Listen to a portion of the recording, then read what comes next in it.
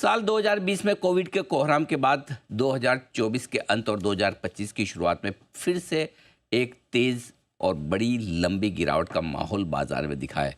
अब पूरे महीने 2 महीने के भारी भरकम गिरावट के बाद अब थोड़ी खरीदारी लौटने के आसार नज़र आते दिख रहे हैं। बाजार खुश तो है, लेकिन देखना ये चाहते हैं कि विदेशी निवेशकों का अब भारत पर क्या नज़रिया है। क्या वो खरीदना शुरू करेंगे या अभी और इंतज़ार करना है। दूसरी बात है कि जब कभी भी इस तरह से बड़ी गिरावट के मौके हों तो ऐसे में आपको किस तरह से बाजार में निवेश करना चाहिए। जी हाँ, जी बिजनेस पर इस पूरे महीने हमने लगाया है वेल्थ क्रिएशन कैंप, जहाँ पर बाजार के दिग्गज महारथी आपको बताएंगे कि बाजार में इस तरह की गिरावट के माहौल में कब और किस तरह से अपनी वेल्थ बचाएं और बनाएं भी। और आज इस कड़ी में हम आपकी मुलाकात करवाने जा रहे हैं एक ऐसे वेल्थ क्रिएटर से जो बाजार के साथ साथ एफआईज की और दुनिया भर के बाजारों की गहरी समझ और पकड़ रखते हैं। जी हाँ, आज के हमारे वेल्थ क्रिएटर हैं हेलियोस कैपिटल के फाउंडर और फंड मैनेजर समीर अरोड़ा साहब। तो आइए करते हैं शुरुआत हमारी खास सीरीज की, वेल्थ क्रिएटर से मिलिए।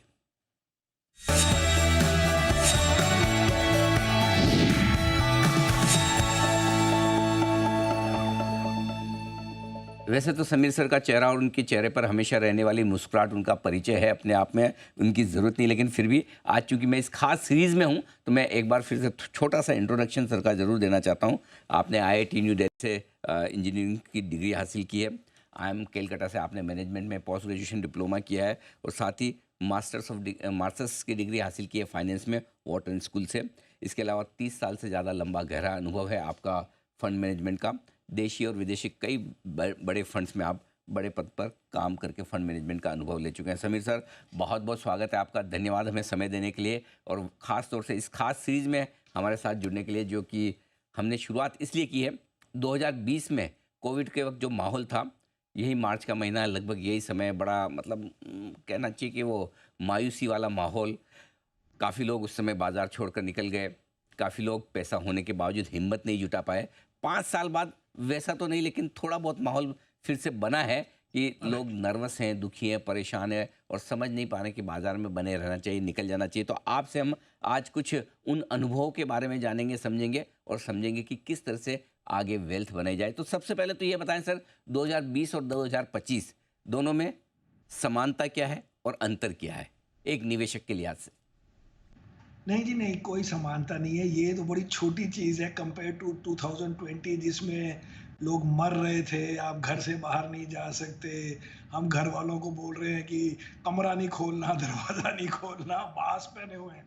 उससे कहाँ ये मुकाबला करेंगे छोटी-सी मार्केट फॉल का। नहीं, नहीं, वो तो बिल्कुल ही स्केरी चीज़ थी।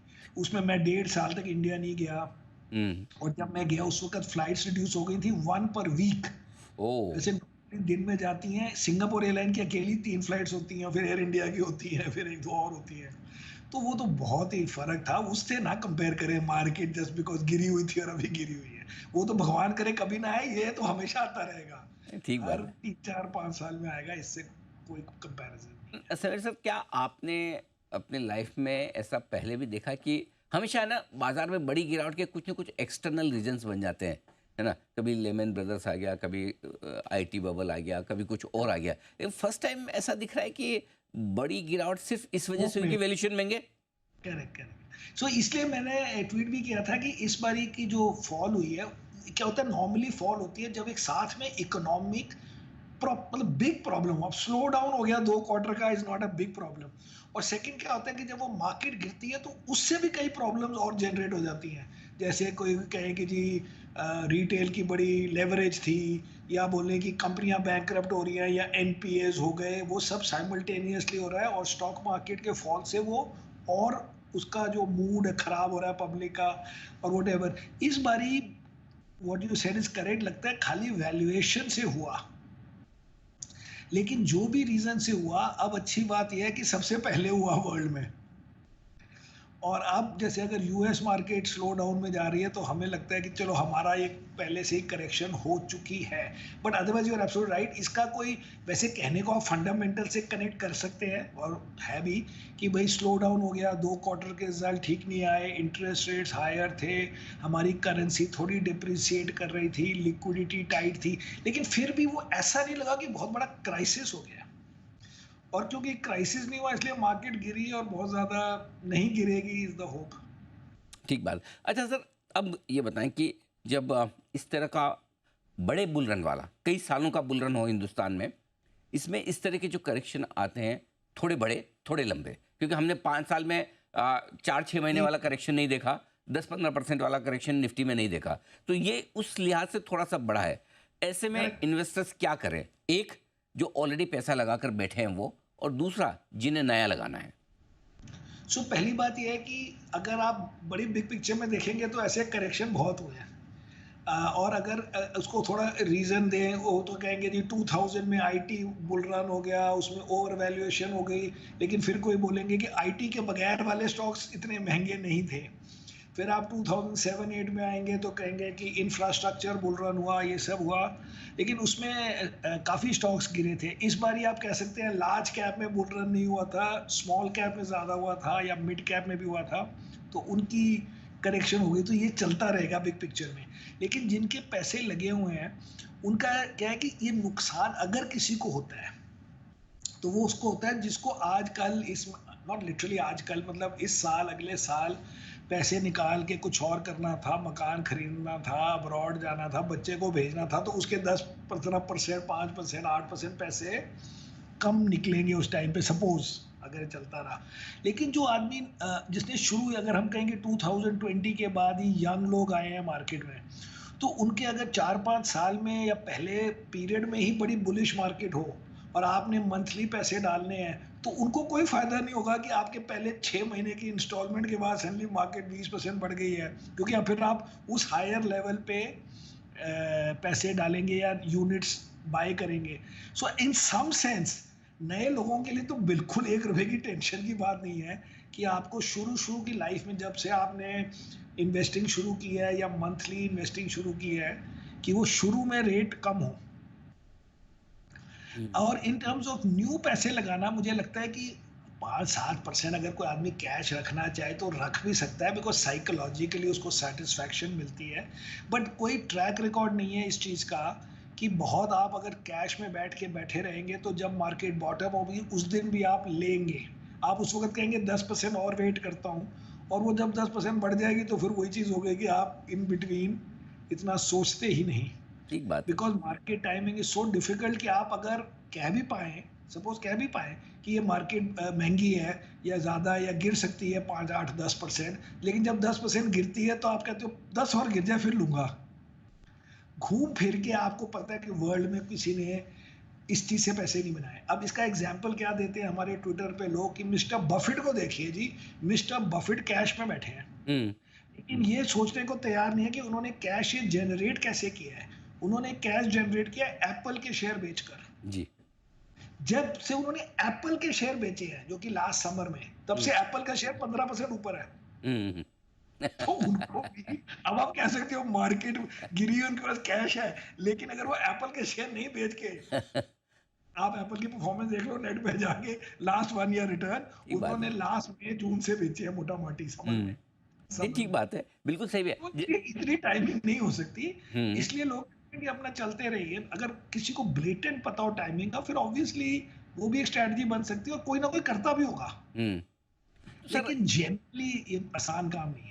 तो सर, खास तौर से 2020 से 2025 में, इस समय में नए डीमेट अकाउंट भी बहुत खुले हैं, यंगस्टर्स बहुत आए हैं बाजार में, 20 से 30 साल की उम्र वाले। एक तो उनका पेशेंस लेवल भी कम है और कभी इस तरह का फॉल देखा भी नहीं है, राइट। अब उन्हें लगता है कि गलती कर दी आकर, राइट। और जो पुराने इन्वेस्टर्स हैं वो ये जानते हैं कि शायद प्रॉफिट बुक कर लेना चाहिए था, नहीं कर पाए। सो अब जो नए इन्वेस्टर्स 2020 के बाद मार्केट में आए हैं और अब वो ये सोच रहे हैं कि नहीं, अब छोड़ देना चाहिए, कुछ और करना चाहिए, उनके लिए क्या राय होगी? सो पहली बात है कि कईयों ने तो गलती करी भी होगी। ये नहीं हो सकता कि किसी ने गलती नहीं करी, जी क्योंकि बिल्कुल। इतना आसान भी नहीं है कि हम बेचारे सारे लोग बूढ़े-बूढ़े पूरा दिन यही काम करें और कोई आदमी 2 घंटे के लिए आया नौकरी करके कहता मैंने 6 शेयर खरीद लिए, मेरे अंकल ने बताए थे। हाँ। वो थोड़ा-सा तो होता ही है और ये उसकी लर्निंग है। But correct. एक्चुअली क्या है कि बिग पिक्चर समझने की बात है कि आप अगर लॉन्ग टर्म देखेंगे तो स्टॉक मार्केट के रिटर्न्स बाकी आपकी इन्वेस्टमेंट से नॉर्मली बेटर होते हैं।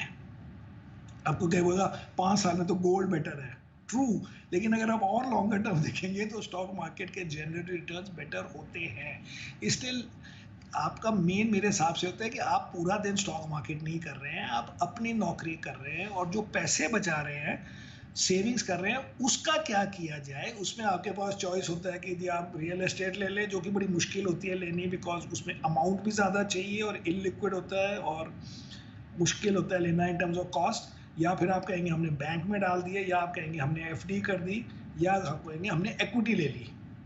तो जनरली ओवर टाइम अगर आप देखो तो इक्विटी डज बेटर, बट इसका ये नहीं मतलब कि हर महीने हर साल equity does better than other things, ये खाली एक समझने की बात है।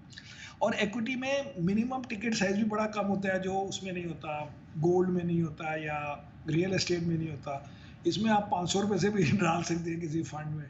सो इसलिए equity not only it easy, उसका टैक्स रेट भी सबसे कम होता है इन्वेस्टिंग के बाद, इसलिए हर एंगल से इक्विटी इज जनरली गुड। लेकिन बीच बीच में हिलाने के लिए भी इक्विटी होती है, तो आजकल हिला रही थी थोड़े दिनों से सबको, सबकी कॉन्फिडेंस को शेक करती है, उनको नर्वस बनाती है, but that is the way it is. इसमें कुछ ज़्यादा चेंज नहीं कर सकता है कोई। यानी कि बने रहें, डटे रहें, टिके रहें तो कोई दिक्कत वाली बात नहीं। बीच बीच में इक्विटी मार्केट झटके तो लगेंगे। एफडी तो है नहीं कि हमेशा बढ़े ही बढ़े या नीचे ना जाए। क्योंकि अगर हर बारी वो बढ़े, हाँ, मतलब नॉर्मली क्या हिस्ट्री है कि 5-1% वो ज़्यादा देता है फिक्स्ड इनकम से, लेकिन अगर वो हर साल देगा तो आप कुछ करोगे ही नहीं और आप डेट की तरफ जाओगे ही नहीं, बैंक में जाओगे ही नहीं। करेक्ट। तो इसलिए वो भगवान ने ऐसा बना दिया है कि हाँ 5% एनुअलाइज करके दे देगा, लेकिन बीच बीच में दूसरों को भी तो चलने दो लाइफ में, जो हाँ डरते हैं उनके लिए भी हाँ, तो। 50% बढ़ाने के पहले 50% घटा भी सकता है, वो वाली आप बड़ी चीज़ पहले है। घटाएंगे बढ़ाएंगे, हाँ। अब फिर आएगा करेंगे। अच्छा सर, आपने कहा कि मतलब हर बार फॉल आते हैं, अलग अलग कारण से आते हैं, लेकिन जब फॉल के बाद वापस से तेज़ी बनती है, अब गिरावट होगी, तेज़ी बन, तो हर बार लीडरशिप बदलती भी है। तो क्या इस बार लीडरशिप बदलेगी? क्या कुछ तेज़ी में आगे बढ़ने वाले अलग सेक्टर्स होंगे, अलग लीडर्स होंगे? तो पहली बात यह है कि मुझे नहीं लगता कि एकदम तेजी होगी। एकदम तेजी का मतलब होता है V type recovery. So V type recovery होती है अगर जैसे कोई क्राइसिस हो और उसके बाद गवर्नमेंट आए, जैसे नॉर्मली फेडरल रिजर्व यूएस में आके दबा के इंटरेस्ट रेट काट रहे हैं, फिर लिक्विडिटी इंजेक्ट करते हैं, फिर वो क्यू कर देते हैं, क्यू ही कर देते हैं, या इंडिया वालों ने सिमिलर किया। वो उस स्टेज का एक्चुअली फॉर्चुनेटली ऐसी हालत नहीं है ना वर्ल्ड की कि इतना कोई पैनिक करे। तो इसलिए कोई आपके आके एकदम अग्रेसिवली आपकी हेल्प नहीं करेगा सिस्टम, और जब सिस्टम नहीं हेल्प करेगा बिकॉज रिक्वायर्ड ही नहीं है, तो फिर आपकी रिकवरी भी थोड़ी स्लो होगी। और लीडरशिप तो इसलिए सिंपल टर्म में चेंज होगी दैट अभी 4-5 साल स्मॉल कैप्स ने बहुत ज़्यादा आउट परफॉर्म किया और फिर उनकी करेक्शन हुई। तो एक्चुअली आप कह सकते हैं कि स्मॉल कैप अब एक्चुअली 3 साल का देखें तो नॉर्मली इन लाइन आ गया, कोई 10-11% पर एनम का खाली इंडेक्स रिटर्न है। लेकिन अब फर्स्ट डे स्मॉल कैप से फिर शुरू हो जाए, ये भी मुझे आसान नहीं लगता। तो may be for a number of month सारे स्टॉक्स चलेंगे, कोई इधर कोई उधर।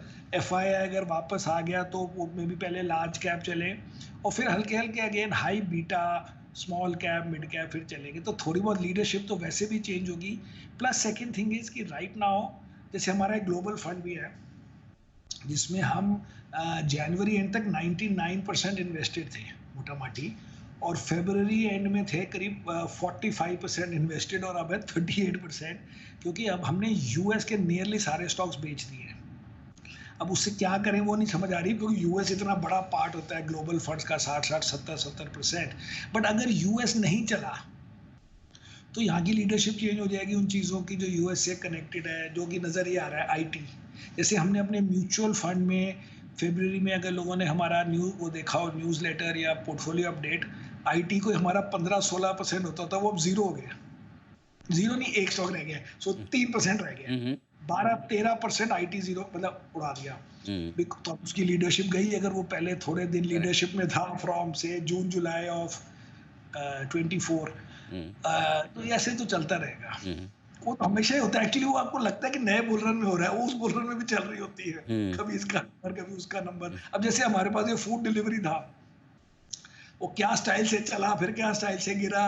अब वो हमारे पास तो पूरा है, लेकिन वो लीडर बनेगा कि नहीं बनेगा 1 मिनट में, वो आसान काम नहीं होता, बट ठीक है चलते रहेगी चीजें। हाँ, लेकिन सर सर एक चीज़ है, आपके बोल्ड और ब्यूटीफुल कॉल्स और वो बोल्ड और बेबाक बात, ये लोगों को बहुत पसंद आती है। मतलब नहीं पसंद आ रहा है, बेचना है तो बेच के खत्म करो, हाँ पसंद आ हाँ, रहा है वो तो दिल खोल के शर्माने लो। की बात है, शर्माने की कोई बात हाँ, नहीं हाँ, है। हाँ। और कभी कभी आजकल लोग बोलते हुए कि वो मतलब गुस्सा तो है, वो शब्द ठीक नहीं, लेकिन बोले समीर अरोड़ा को गुस्सा क्यों आता है? आपके चक्कर में सर एफआईज आ नहीं रहे हैं भारत में वापस, आपका बड़ा वीडियो वायरल भी हुआ था। एक्चुअली तो एफआईज खाली हमारे हमारी फंड में कमाई वमाई सुधर जाएगी उससे आ जाएंगे, या टैक्स ही घटाने पड़ेंगे? एक्चुअली हमारे फंड में जनवरी एंड में भी पैसे आए और फरवरी एंड में भी आए। अच्छा। ओके, थोड़े थोड़े आए, बट दोनों में एफआई के कह रहा हूँ, एफआई हम्म। के। सो एफआई की स्टोरी मुझे लगता है ये है कि बेचारा एफआई भी ऐसा कंफ्यूज हुआ है कि अब इंडिया से नहीं जाएगा, क्योंकि थोड़े दिनों तक स्टोरी थी कि यूएस बड़ा चल रहा है। हम्म। अक्टूबर में सेलिंग जब हुई कोई 12 बिलियन की, तब ऑब्वियसली किसी को क्या पता एग्जैक्टली क्योंकि कितने एफ आई आए हैं, लेकिन ब्रॉडली आप कह सकते हो कि नवंबर के इलेक्शन रिजल्ट्स में ट्रम्प वो सपोज टू विन उस वक्त तक, तो जो भी आगे था कि टैक्स कट हो गए, डी रेगुलेशन होगा, ये सब होगा। अब लोग इस बात से डिसअपॉइंट हो गए कि बहुत ज़्यादा अनसर्टेनिटी हो गई है यूएस में। चार पांच चीजें साइमल्टेनियसली आप कर रहे हो। एक तो टैरिफ की चल रही है, उधर से वो कॉस्ट कटिंग चल रही है, डोज जो इलॉन मस्क कर रहा है, उधर से आप गवर्नमेंट लोगों की फायरिंग कर रहे हो, उधर से आपने इलीगल इमिग्रेंट्स को बाहर निकाल दिया, जो अच्छा हो गंदा अलग बात है, लेकिन वो एक इकोनॉमी के लिए तो पॉजिटिव थे। लेबर कॉस्ट डाउन करते थे, ऐसी जगहों में काम करते थे जहाँ यूएस की पब्लिक नहीं करती वो चीज़ें ज़रूरी होती है, कोई ऐसी टाइम तो नहीं वेस्ट हो रहा था किसी का। सो ये सब चीज़ें साइमल्टेनियसली आप करके आपको जी इकोनॉमी भी चलती रहे, इन्फ्लेशन भी ना बढ़े, और सब कुछ वैसे ही चलता रहे जैसे बिफोर है, लेकिन कॉस्ट सेविंग भी हो जाए, कॉस्ट कटिंग हो जाए, फायरिंग हो जाए, ये सब नहीं हो सकता। तो इन सब चीज़ों से मतलब जो अनसर्टेनिटी हुई है उसका इफेक्ट हमारे पर भी होगा और वर्ल्ड के ऊपर भी होगा, ये है अभी की स्टोरी। ठीक बात है, बिल्कुल ठीक है। तो एफआई का, सॉरी, तो एफआई का मैं कह रहा था कि एफआईआई अगर इंडिया बेच के वहां गया सपोज, अब वो लॉजिक भी कम हो गई कि भाई अब मैं बेच के कहा जाऊं, तो हम कह रहे हैं अभी तुम मत आओ, अंदर नहीं आना तो ओके। बेचो मत। अच्छा। Hmm. In the sense that is the first line, hmm. And वो मुझे लगता है प्लस माइनस हो गया, कल का भी नंबर पॉजिटिव था। ऑल्सो क्या हुआ कि चाइना के अच्छा करने से अब बड़े कम ग्लोबल फंड्स होते हैं जो खाली चाइना फंड होता है, उनका नॉर्मल फंड होता है emerging market fund, because that was the bigger thing जो सालों साल से लोग कर रहे हैं। तो अगर इमर्जिंग मार्केट की अब स्टोरी बन गई कि देखो जी यूएस पीक हो गया है, यूएस में करेक्शन हो रही है, यूएस में अनसर्टेनिटी है, in the mean time China बड़ा चीप है, चाइना की रिकवरी हो रही है, चाइना में टेक्नोलॉजी हो रही है, और इंडिया में भी करेक्शन हो गई है, इंडिया तो वैसे भी स्टेबल एंड सेक्युलर है, तो वो स्टोरी रैप होकर बन सकती है कि थोड़ा सा पैसा जो आपने यूएस में बेचा है उसको इमर्जिंग मार्केट में डाल दो। अच्छा सर, इमर्जिंग मार्केट की नई बात हुई नई तो लीडरशिप बन जाएगी, एक मिनट में नई लीडरशिप तैयार हो जाएगी अगर हम्म। एक बार मोमेंटम आए, और ऐसे होता है हम्म। हर 10-15 साल में। अगर आप डेकेड बाय डेकेड देखो, कभी कमोडिटीज का बुल रन होता है 70s में, फिर 80s में यूएस का होगा, फिर 90s में इमर्जिंग मार्केट का होगा, फिर 2000 में सपोज आई डोंट रिमेंबर फिर यूएस का होगा या टेक्नोलॉजी का होगा, फिर वर्ल्ड वाइड टेक्नोलॉजी चलेगी, फिर कुछ और, फिर घूम फिर के इमर्जिंग मार्केट का नंबर आसानी से आ सकता है, बिकॉज यूएस में इतने ज्यादा पैसे लोगों के इन्वेस्टेड है। 70% of the world's money is in US, अगर आप इंडेक्स से देखें। उसमें से इमर्जिंग मार्केट का होता है 4-5, उसमें से नहीं, मतलब बाकी 30 में से इंडिया चाइना का कंबाइंड होगा 2-3%। आप थोड़े से नेगेटिव हुए यूएस में, हम्म। आप जा सकते हो, लेकिन इतना नेगेटिव होना चाहिए कि पैनिक नहीं है। अगर पैनिक है तो कोई कहीं नहीं डालेगा, जैसे हमने 2008 में देखा कि हम्म। यूएस बहुत ज्यादा गिर जाएगा तो फिर सब गए। परफेक्ट। और थोड़ा सा वीकनेस हुआ तो इट कैन इजीली गो। 22 में भी ऐसे ही हुआ था। जी। 22 में US corrected a lot, India did not correct. Hmm. तो समीर सर, एक चीज़ और कि जैसे आपने बताया भी कि आईटी तो आपने एकदम टाइमली एग्जिट किया भी है, लेकिन क्या आपके सदाबहार फेवरेट सेक्टर वही बैंक्स, एनबीएफसी, बीएफएसआई और साथ ही डिजिटल प्लेटफॉर्म्स वाली न्यू एज ई कॉमर्स कंपनियां, क्या ये अब भी पसंद है? और आपको कहाँ लगता है कि करेक्शन के बाद अच्छे वैल्यूएशन में जहां सो बाजार में अभी पैसा क्या लगाने है, का मौका है? जी। सो एक्चुअली फाइनेंशियल तो सबका बड़ा बिग वेट होता है, हमारा भी है, क्योंकि एक तो चले नहीं थे 2-3 साल, हम्म। बट वैसे कंपनीज अच्छी थी, ये Kotak bank, HDFC bank, ICICI bank वगैरह, और साथ में ये NBFC, Bajaj finance and Shriram and all these other. तो अब अगर इंटरेस्ट रेट कट हुआ तो मुझे लगता है एनबीएफसी को ज्यादा फायदा होगा। क्योंकि बैंक अपने निम भी बड़े कम हो जाते हैं अगर इंटरेस्ट रेट्स काटो। तो इसलिए मुझे लगता है कि on the margin NBFC might be better than bank, but both are okay because एक तो चले नहीं थे और अब वो स्टेबिलिटी के कारण आउट परफॉर्म कर रहे हैं। अभी तो एक्चुअली बढ़ रहे हैं बहुत ज़्यादा, लेकिन क्योंकि गिर नहीं रहे तो खुश हैं सब उससे। और अगर एफआई की सेलिंग बंद हो गई तो वो भी मोस्टली फाइनेंशियल्स में होती है, आईटी में भी होती है, लेकिन फाइनेंशियल में उससे भी ज़्यादा होती है क्योंकि उनके पास है ही फाइनेंशियल और आईटी ऑन कंज्यूमर। सो इसलिए financials are okay, but in the financial I think NBFCs are better. Hmm, और न्यू एज ई कॉमर्स कंपनियां। तो एज में हमारे पास वो है जी हमारी जोमेटो, हम्म, हमारा दूसरा जो था स्विगी वो हमने बेच दिया। ओके।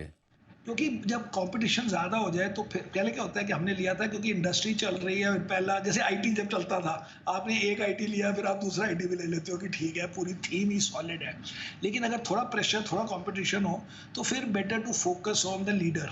ठीक बात है। तो हमने एक्चुअली बेच के थोड़ा सा और लिया, बल्कि जोमेटो, ये ओके। नहीं कि पुराना रखा हुआ है, जस्ट टू शो कि हम थीम में से अब हमने अभी फोकस किया है। फिर जब ये मुझे लगता है कि जेप्टो का जब आईपीओ आने लगेगा हम्म, तो सबको समझ आ जाएगा कि जेप्टो उस अग्रेशन से नहीं काम कर सकता, बिकॉज उस अग्रेशन से मार्केट एक्सेप्ट ही नहीं करेगी। Market means equity buyer of IPO of Zepto, hmm, they will have to show कि भाई हम हमारा लॉस इतना था अब कम हो गया, इससे ज़्यादा कम हो जाएगा। आप ये नहीं कह सकते हो अभी मैं तो और लॉस करूंगा 4 महीने, 6 महीने, 1 साल, उसके लिए मुझे आईपीओ के पैसे दो। वो 21-22 में ऐसे काम होते थे, अब नहीं होते ऐसे काम। अच्छा सर, ग्लोबल मार्केट से जुड़े हुए दो सेक्टर्स, फार्मा और मेटल्स, क्या ये पसंद है आपको? ये फार्मा हमें पसंद है, और फार्मा में अच्छा बाय द वे मुझे एक और बात लगती है कि इंडिया को कोई खास नुकसान नहीं होगा ये टैरिफ से, कोई नुकसान नहीं होगा। और एटलीस्ट लिस्टेड कंपनियों में बहुत ज़्यादा नहीं है। आपने को थोड़ा बहुत jewellery and James and jewellery cut कर दिया, ये कर दिया, किसी को समझ नहीं आनी है कि किसको क्या नुकसान हो। मुझे नहीं लगता बहुत बड़ा कोई नुकसान होना है। So pharma is not, I mean we are not connecting it to US tariff, because वो यूएस मतलब डोनाल्ड ट्रम्प बार बार कहते हैं कि उनको 4-5 इंडस्ट्रीज तो वहाँ पे चाहिए, which is steel, aluminium, automobile and pharma, and I think chips also. और बाकी वो कहते हैं कि हमसे डील करो भाई, क्या टैरिफ पे काम होगा हमारा और तुम्हारा। So I think pharma is okay. Metals मुझे वैसे ही जनरली नहीं पसंद, बिकॉज मुझे लगता है कि US economy will be slowing down, but people like it. वो कहते हैं चाइना की रिकवरी होगी। मुझे लगता है कि चाइना की रिकवरी डज नॉट मीन कि चाइना को इंफ्रास्ट्रक्चर की ज़रूरत है। चाइना में कंज्यूमर कॉन्फिडेंस की ज़रूरत है। उनको इनकरेज करना चाहते हैं कि आप ट्रैवल करो, घूमो फिरो, शॉपिंग करो, सारी सेविंग मत करो। ये नहीं है कि उनके ब्रिज रोड नहीं बने हुए, उनको और बनाने हैं। मुझे नहीं पसंद, बट लोगों को पसंद है, तो हमारे पास नहीं है। बिल्कुल ठीक बात है सर, बहुत बहुत धन्यवाद आपका सर, शुक्रिया समय देने के लिए और आज इस खास सीरीज में हमारे दर्शकों को बाजार का डायरेक्शन देने के लिए, साथ ही वेल्थ क्रिएशन के मंत्र बताने के लिए भी। Thank you so much sir, Sameer sir. बहुत जल्दी आपसे फिर मुलाकात होगी। आज के लिए बहुत बहुत शुक्रिया। तो ये थे हमारी खास सीरीज वेल्थ क्रिएटर से मिली, इसमें हेलियोस कैपिटल के फाउंडर और फंड मैनेजर समीर अरोड़ा साहब। आपकी मुलाकात कल ऐसे ही एक और ख़ास मेहमान से हम कराएंगे इस सीरीज में। आज के लिए नमस्कार।